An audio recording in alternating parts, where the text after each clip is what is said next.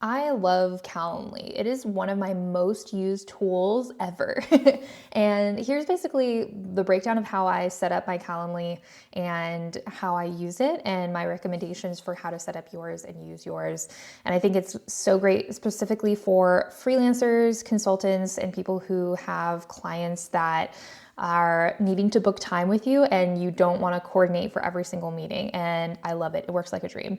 So I have a lot of events on my Calendly, but you don't need as many as I do. So on my Calendly page, I only have 2 events available, and that, if they're loading, will be, here we go, or sorry, 4 events available. And so a free discovery call, 30-minute meeting, 60-minute meeting, and 2-hour consultation. I try to kind of like hide most of these events because I don't want people to just book them, but it kind of doesn't matter. I don't really use this Calendly page very much.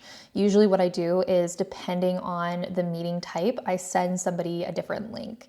And so on this page here, I have a 2-hour consultation, which is a paid consultation where I break down different topics for people based on if they're hiring me to help them with their Substack or help them with freelancing or whatever. So I have like a consultation here. A virtual coffee chat, which is just kind of a little hangout, a priority 30-minute client meeting for clients that like need to get on like the top of my calendar. Free discovery call. All my discovery calls are only 30 minutes. These are for clients who want to work with me in ghostwriting or editing, and they just want to hop on a call and basically kind of talk about their project. I have an initial consult with people. So this is another paid event page where people can book a 30-minute consultation with me for different topics. I have a priority client meeting. So once again, this is an hour-long version of my other event. This is if people just need to be at the top of my availability. And then I have a 30-minute meeting, and then a 60-minute meeting, which are basically just like events that I send to. The 60-minute one I send to coaching clients and people that need an hour with me, and then 30 minutes are for people who just want to hop on a quick call, like journalists. And when I'm doing press stuff, I usually do like a 30-minute meeting unless they need that longer. And it's important to know that the length of your event is what is going to be blocked off on your calendar and also their calendar. So that's why I have a 30-minute option, a 60-minute option, and a 2-hour option, is because I want to automate everything and I want to kind of keep people in the spaces that I give to them, because sometimes I know that like when people are booking time with me, they're like, oh, we can just hop on for an hour. And I'm thinking, oh, we can just hop on for 30 minutes. And so I want to make sure that like for my coaching clients, they know that they have the full 60 minutes with me, whatever they need. And then for people who are just kind of like hopping on a free discovery call, they have 30 minutes. We can talk about whatever. We can talk about their project. We can talk about their expectations. I can share information about my services. And so that's why I have different lengths of time. And I have both free events and paid events. So for example, when I set up my free discovery call, I set it up so that the event details, in fact, let me pull up my edit. Let's see if I can, whoops. Love the fact that I can't move this. There we go. Okay. So when I set up this, let me see if it'll let me. Okay, cool. Calendly just made some changes, so I'm getting caught up. So event details, I changed the event name to free discovery call, and then I picked the duration of 30 minutes. And this is the important thing. When you are setting up any type of call, location. I have gotten some Calendly invites for podcasts and press stuff where this location was empty, and I didn't get any other information about, is this going to be a podcast on Riverside? Is this going to be a phone call? Is this going to be a video call? What are we doing? And so it's not automated if the person you're meeting with has to email you and be like, how are we meeting? And so previously in the past, I've had options for people to book a Zoom call or a phone call, but these days I almost exclusively do Zoom calls because I'm traveling internationally and I don't want to use those phone minutes on a phone call. So I pretty much only use Zoom. I think people can always keep their camera off if they just want to talk over voice. And that's totally fine. And so, but it's really important that you hook up your Zoom account to your Calendly account so that when it sends a calendar invite, it also sends a Zoom link. Or if if you want to add like a Google Meet or Microsoft Teams or whatever, or you have a custom thing that you need them to set up, that they can go and like select whatever it is. But for web conferencing, if you want to use Google Meets, making sure that whatever that your service is hooked up to Calendly. I think Zoom is the easiest and best. I have not had a great time using Google Meets for anything. So I do not recommend Google Meets. And so usually I just kind of like have like a little description here. Looking forward to meeting you. Pick any time that works for you and check your spam if you don't receive a confirmation email and or event invite. Looking forward to connecting.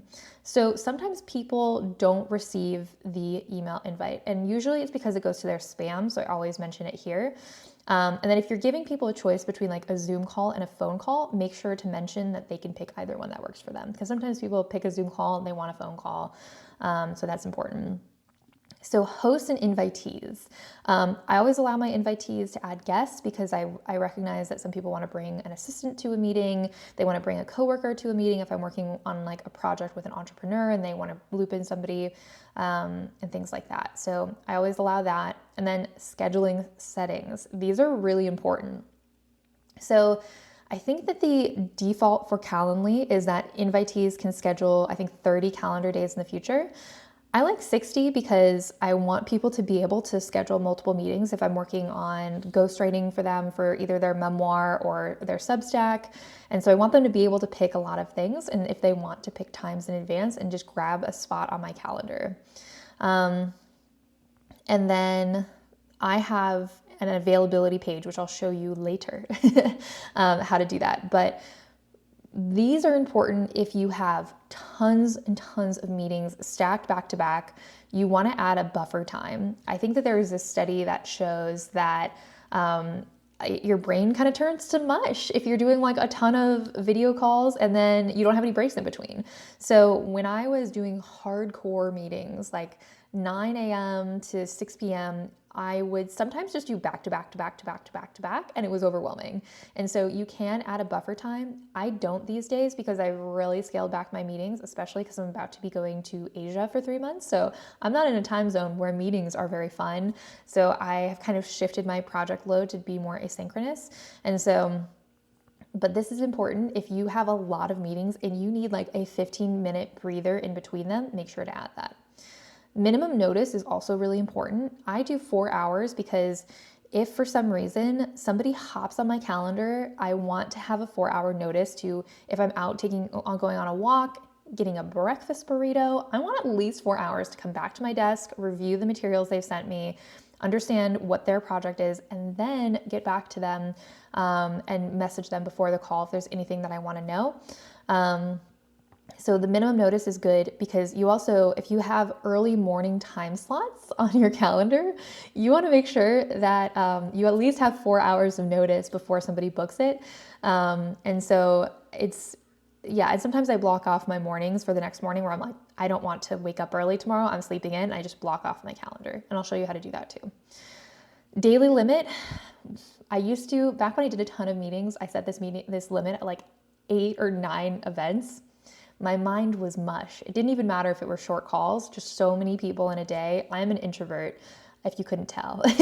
I do not do well with the amount of meetings I used to do. Back when I was doing a lot of like tech copywriting, I was just like, my brain is melting. So I recommend setting a daily limit if you have a lot of incoming calls. And then additional options, time zone display. This is really important. Make sure to use your invitees' time zone. I think this is a default setting because when I've had some people book on my Calendly and they're like, oh, you're in Los Angeles. Like I was booking based on what I thought your time zone was. I'm like, no, it says on the page, book on your time zone. That's the nice thing about Calendly. You pick a time that works for you on your time zone and it gets put on my calendar in my time zone. So this is also important. And then start time increments. I do 30 minutes because it's super simple and people only see that. And I think it's simplest. And that's also should be a default setting. Booking page options. So you can change the event link name. You can just do the name of the event, which is the default. For invitee questions, name, email, allow people to add guests. I have just one question for people because I want it super simple for them to book, especially with discovery calls. I don't want anything that will deter potential clients from hopping on a call with me. And I'm just like, hey, please share anything that will help prepare for our meeting, and allow them to like write anything that's important for them. And I think that this is a good question to have, and it's good to have this be optional. And I think it is. I don't think that there's any, I don't think you can make that required. And I think this is important because some people will drop links, things that they think that I've seen that I haven't, because sometimes on platforms like Upwork, people are like, oh yeah, did you see the link? And I'm like, it didn't show up for me. So sometimes people post things on their job description on Upwork, or I think they do, and they don't show up for certain freelancers. So it's nice to have this question when people are booking a call with me and have some additional information for me. You can also add new questions here. And then this is important. If you have like a consultation, this is where you collect payment. So you click this button and then you can connect PayPal and a bunch of different things. And so if you are doing a consultation session, then you can add your payment option here. And so for my consultation sessions, for my one-off sessions, people can do that very easily on my page. And then confirmation page, I just kind of use the defaults of just display the Calendly confirmation page. And then I also give them an option to visit my website if they want to learn more about me. This is another important page, communications. So I think it's super important to make sure, because sometimes the calendar link gets lost in people's inboxes. So I have here that the calendar invitation is sent immediately after booking, so they can go and add it. I also have an email reminder 24 hours before the event and a text reminder 24 hours before the event. So these I think are really important, especially the calendar invite, because even if it's just in their inbox, sometimes their email provider will already add it as a suggested event to their calendar. So I think this is really important. And then some people also add reminders like 2 hours before the event. I think 24 hours is fine. I want to work with clients that are pretty organized and pretty good with their calendar. Like sometimes people miss things, that's okay. But 24 hours I think is plenty of time. But if you're working with really busy people who often miss events, then I would say maybe 2 hours before the event, send them a text or email reminder. For the email follow-up, I don't think this is really necessary, because I think you should probably be sending a custom follow-up to potential clients and people that you're doing like consultations with. So I think that the follow-ups should not be automated. But if that's something that, like, if you're doing a lot of sales calls, then maybe. But for freelancers and service-based professionals, I don't think you need that.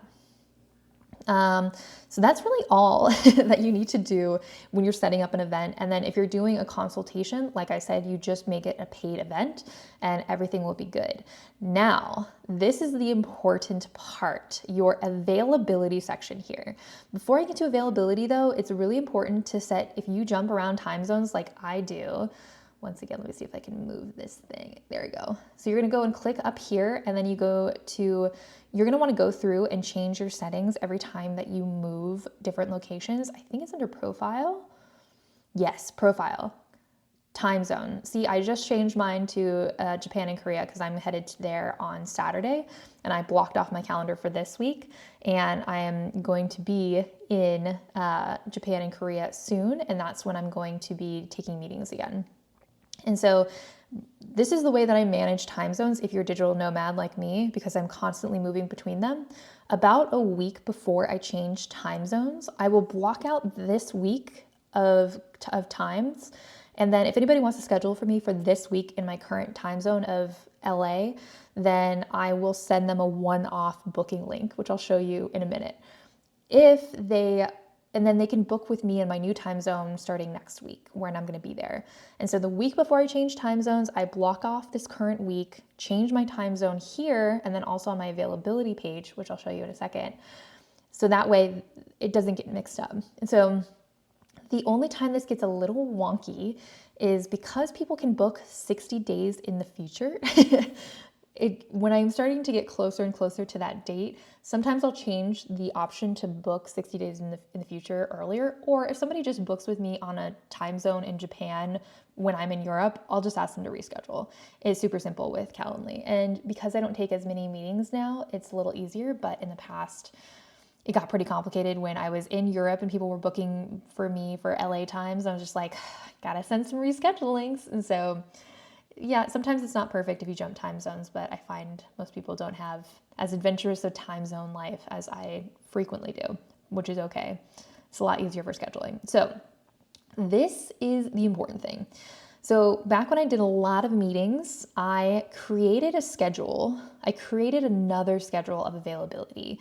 And that is basically like I would have certain, like for my priority client events, I had a priority calendar. And then for my default client events, I only gave 2 days.